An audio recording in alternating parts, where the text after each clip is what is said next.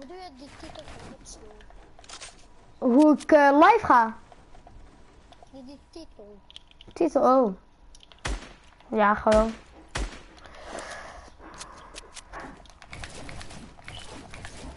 Wee, ik kan kapot snel editen. Hier, zeg tegen je broer dat hij moet kijken. Ik heet Hardcore Gaming NL, zoek dat op. Dat is echt net als de vorige keer. Vorige keer zat hij ook in de chat.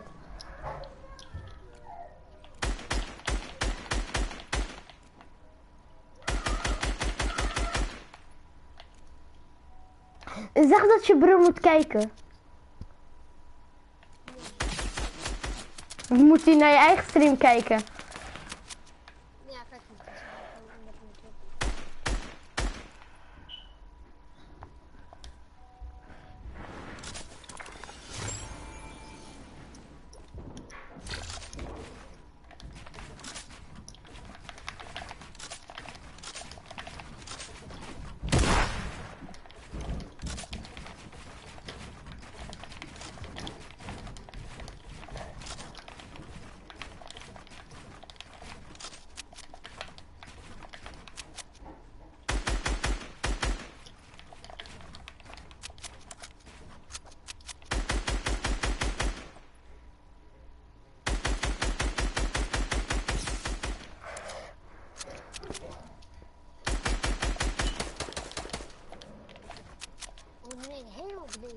Wallah.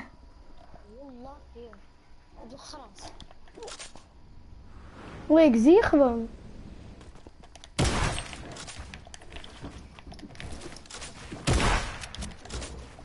Ben ik... Dit is gelijk. Wat weer helemaal beneden. Niet liegen, jij zit hier gewoon ergens.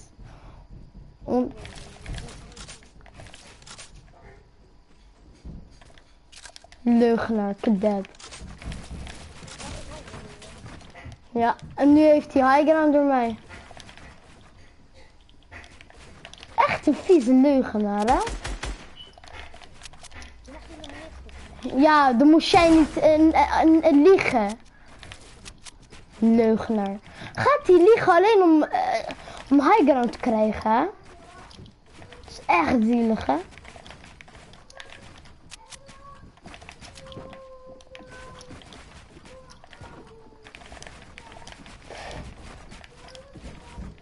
Ik heb nog ook high ground. Ja. Gaat hij naar beneden halen, viezerik.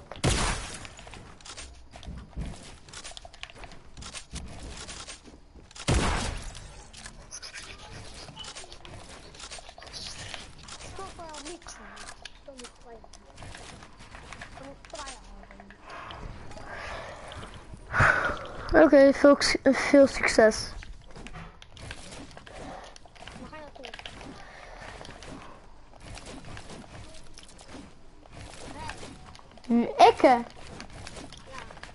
Ik zeg maar veel succes met mijn tryharden.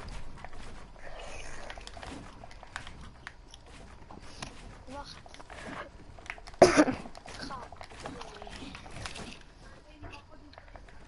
Wat bedoel je? Zal ik op PC spelen? Oké, maar ga je daar ook op live? Nee, alleen... Waarom ga je daar niet op live? Dat weet ik niet hoe het is. Zeg dan dat je broer naar mij moet kijken of zo. En dan bedoel ik aan de andere. Je mag op de MSC op.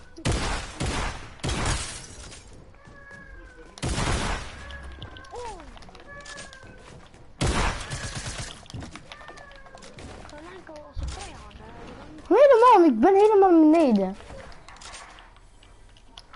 Waar ben je bij de gras? Ja, wallah, ik zit bij de gras. Ik zie je. Papa, mag op computer? Computer. Ga je op computer? Man, ga die andere mic pakken, ja? Pak die mic.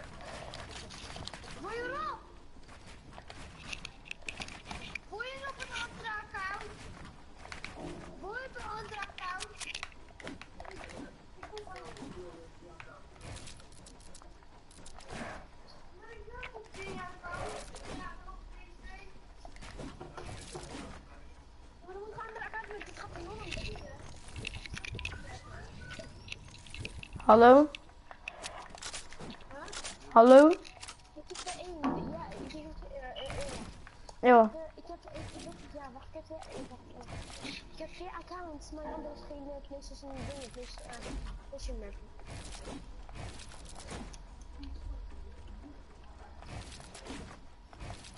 Hey, vind je mij goed? Zag je hoe ik edit en zo?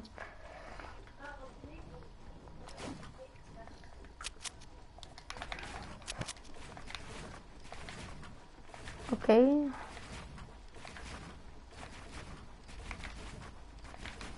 Hey, ik ben live, hè? Ja, het is Twitch, toch? Nee, gewoon YouTube. Hardcore Gaming NL daar. Want nu Gaming Addiction heet alleen. Ga je kijken? Ik speel niet,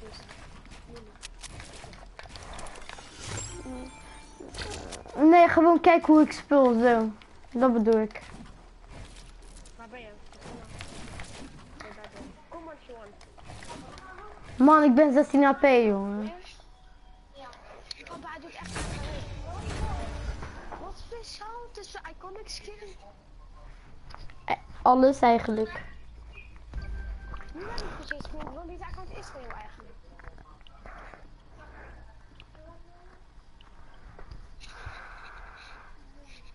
Wat ik voor me gedaan heb.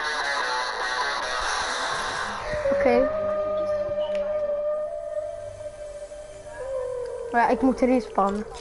Why dead whales are so dangerous. Whales are truly fascinating creatures. One of the coolest things about them is their gargantuan size. Take the blue whale, for instance. It's not just the largest living being on Earth nowadays. It's the largest animal that's ever existed on this planet. You could easily walk through a blue whale's arteries, and its tongue alone weighs more than a full-grown elephant.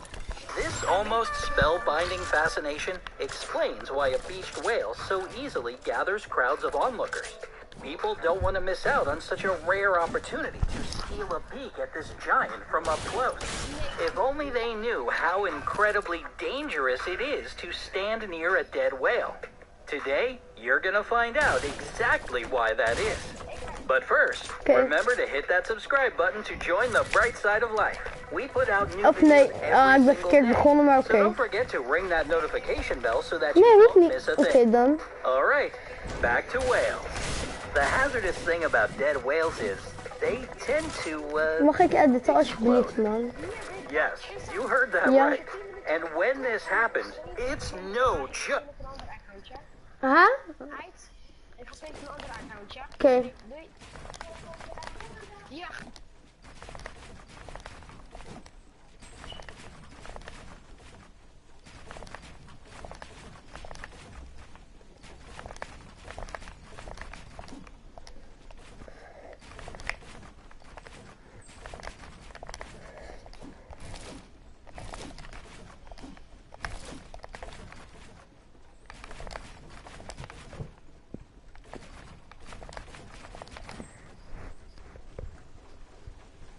In just a fraction of a second, several tons of a whale's insides burst out of its body at over 45 miles an hour, flying up to 50 feet in the air and reaching a distance of more than 160 feet.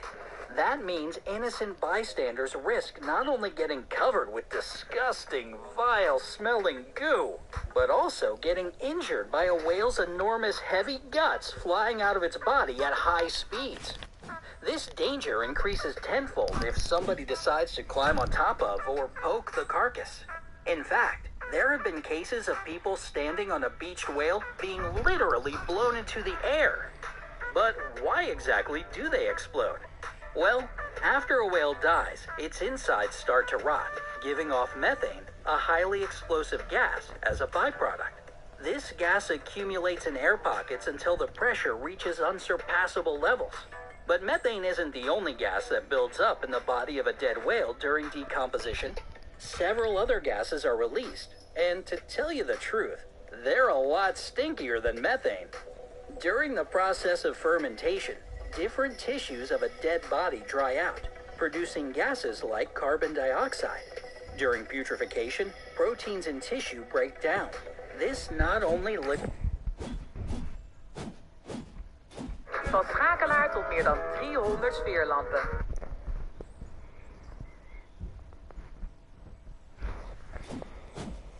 Karwei, echt alles voor klussen en inrichten.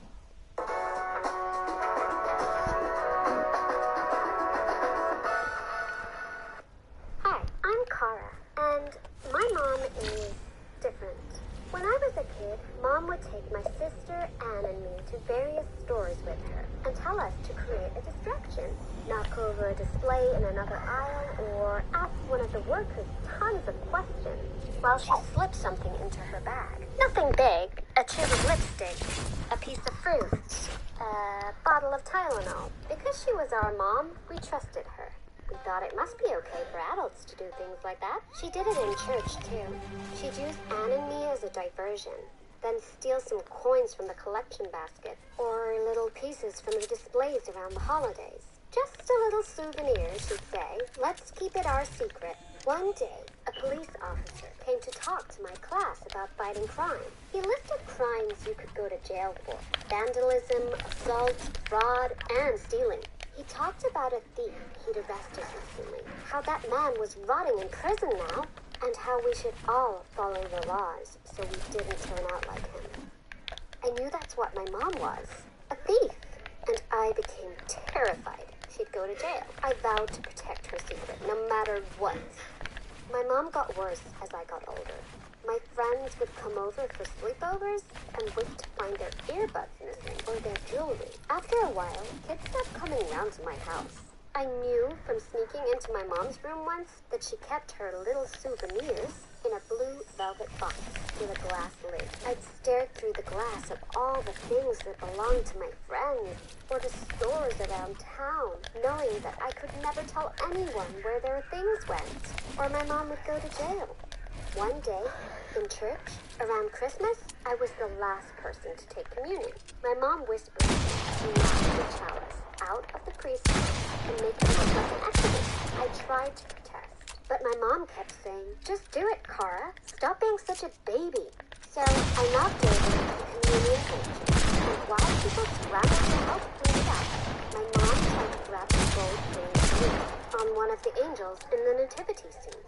Jeannie, one of the parishioners, saw her. "I knew it," she shouted, loud enough that everyone turned to stare. "That woman is a thief. She's been stealing from the church for years. Her daughters are in it with her." Which I could describe the humiliation I felt with all those judging eyes on my family. Some of my friends were there, and I knew they were putting two and two together, realizing who had taken their things over the years. Jeannie yelled at my mom, "If you ever take anything from this church again, I will make sure you go to prison." The priest calmed Jeannie down, murmuring about forgiveness, but he asked my mom to stay for a private meeting. After that meeting, my mom sat down with Anne and me. "I'm very sorry," she told us, "for making you a part of my criminal behavior over the years. I know I have a problem, but I'm going to change, I promise you." I wanted to believe her, and for a while, she seemed to be telling the truth. I didn't see her steal anything else. She got rid of her box of souvenirs, but the damage was done. Word had spread around town about my mother, the thief. Neighbors whispered when I walked by. Kids at school told me. The owners of shops around town kept an extra close eye on me. Once, at the convenience store, I picked up a candy bar and was trying to find my money in my bag. "Don't you dare put that in your bag," the cashier yelled at me. "I knew you'd turn out just like your mother." I dropped the candy bar and fled, humiliated. For years, I didn't have any friends. I was just that girl whose mom was a thief. One night, desperate for socialization, I attended a Halloween party that basically my whole school was invited to. I figured if I could wear a mask, maybe nobody would recognize me. I ended up talking to a really hot guy, Jeff. We really hit it off, and I was so happy to be talking to someone my age, a hot guy, no less, that my heart was soaring. "What's your name again?" he asked finally. I knew I couldn't keep up the ruse. "Kara," I told him. "You know, the girl whose mom is a thief." To my surprise, he didn't say anything mean. He just asked how my mom was doing. Better, I told him. She hasn't stolen anything in a long time. She's really trying to change. I was shocked. A couple of weeks later, when Jeff asked me to the prom, was he serious? Asking me, the freak, the outcast? I was so excited. Maybe my life was slowly changing for the better. I even let my mom help me pick out a dress. When Jeff arrived the night of the prom, I was giddy. He gave me a corsage, then cracked me up by immediately asking where the bathroom was. He said he was so nervous about going out with a beautiful girl like me. He got to pee. But as we were getting ready to leave, he said, "Oh no," and ran back to the bathroom. When he came out, he looked upset. "Where's my ring?" he asked. "I took it off when I was washing my hands and set it on the bathroom counter, and now it's gone." His ring was a class ring that had belonged to his father, who had passed away when he was 12. I checked the bathroom, but the ring wasn't there. My face started to burn with anger and embarrassment as I realized what must have happened. Jeff realized too. "Your mom took my ring," he accused. "No, she didn't," I said, panic rising in me. I knew she had taken it, but I couldn't let her go to jail. "Don't say that about my mom. You're defending her?" he asked incredulously. "God, you're just as messed up as she is. Did you really help her steal things all those years?" I couldn't deny it. I had helped. My heart broke as Jeff stormed out of the house. My mom found me crying in the foyer. "What's wrong?" she asked. "You're what's wrong," I screamed. "You stole Jeff's ring, and now he hates me." She looked shocked. "I swear, Kara, I didn't take it." "Yes, you did. Stop lying to me. You've been a liar and a criminal my whole life, and you've ruined everything." Kara, but I didn't want to hear any more of her excuses. I ran to my room and slammed the door. My mom and I didn't speak for days. I avoided her like the plague. I figured Jeff had told everyone at school about my mom and the ring, but people didn't treat me any worse than usual. At least Jeff hadn't laughed. One day, I was washing my hands in the bathroom when I saw something shiny in the tiny crack between the counter and the wall. I reached in, my heart pounding. It was Jeff's ring! I stared at it in shock. My mom had been telling the truth. Jeff must have knocked the ring off the counter by accident. I sought my mom out and held up the ring. "I found this in the bathroom. I'm sorry I didn't trust you. I didn't give you much reason to," she said. "I know I made it hard for you to live a normal life for years." It meant a lot to finally hear her say it. I didn't know if I was completely ready to forgive her. I was still hurt by her actions, and by the knowledge that even if I had told Jeff about the ring, it wouldn't change the things we said to each other. But her apology felt like the start of a much-needed conversation that might be the beginning of my more normal life.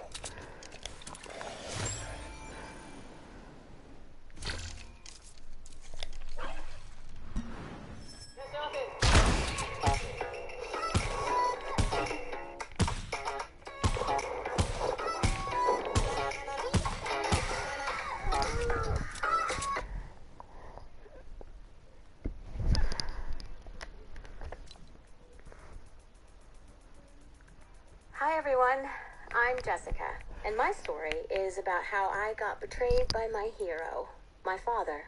Do you have an idol that you've always looked up to? Well, mine used to be my dad. You know, he was my role model, and I never thought he'd let me down. Actually, the main thing I was crazy about as a child was my father's profession.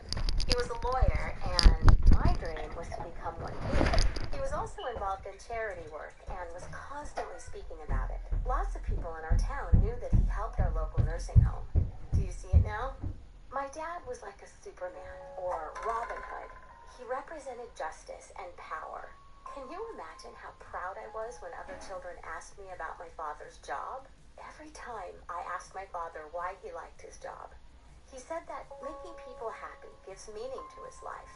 I was dying to see how his job was like. And after a lot of nagging, my dad agreed to take me to the nursing home he does charity in. I was amazed to see how much my father's help meant to those people who were alone in this big world. It seemed to me that everyone knew him personally. People welcomed him and even hugged him. All the grannies told me things like, "You're lucky to have such a dad." That day, I wanted to be like him more than anything. Due to my curiosity, I tried to study law on my own. I always looked through my father's books, hoping I'd learn something. But most of it was really complicated. Plus, my father got really mad when he saw me going through his stuff. But I couldn't help it. One time, I was interested to learn more about his charity work. He was just a stickler for paperwork. Everything was in its place. So it wasn't hard to find what I needed. I just took a file folder named Nursing Home and started reading a random paper from it. I just couldn't believe my eyes. The first thing I thought was, "You gotta be kidding me. Please, someone tell me what on earth is going on here." I checked other papers with trembling hands, hoping that was a mistake. Some misunderstanding. Oh crap, it wasn't. I was shocked to discover that my father was hiding a big secret. When my father got home, I was totally out of control. He wondered why I was acting strange. I showed him the reason. The thing was that relatives of elderly people asked him to draft their wills so they could get all the money. And of course, the poor elderly just signed and had no clue what they were doing. And my dad got a fat cut out of it. His percentage for such a dirty job was quite a sum. That was the moment when I expected my father to confess, repent, or I don't know, maybe burst into tears. I didn't think that day had more unpleasant surprises. But Dad started shouting at me. He said I didn't know what life really was, that I was naive and wore rose-colored glasses. I just took what was mine, a tiny piece. Oh man, do you think I'm the only fraud in this town? Every judge, every lawyer, and prosecutor is just another fraud.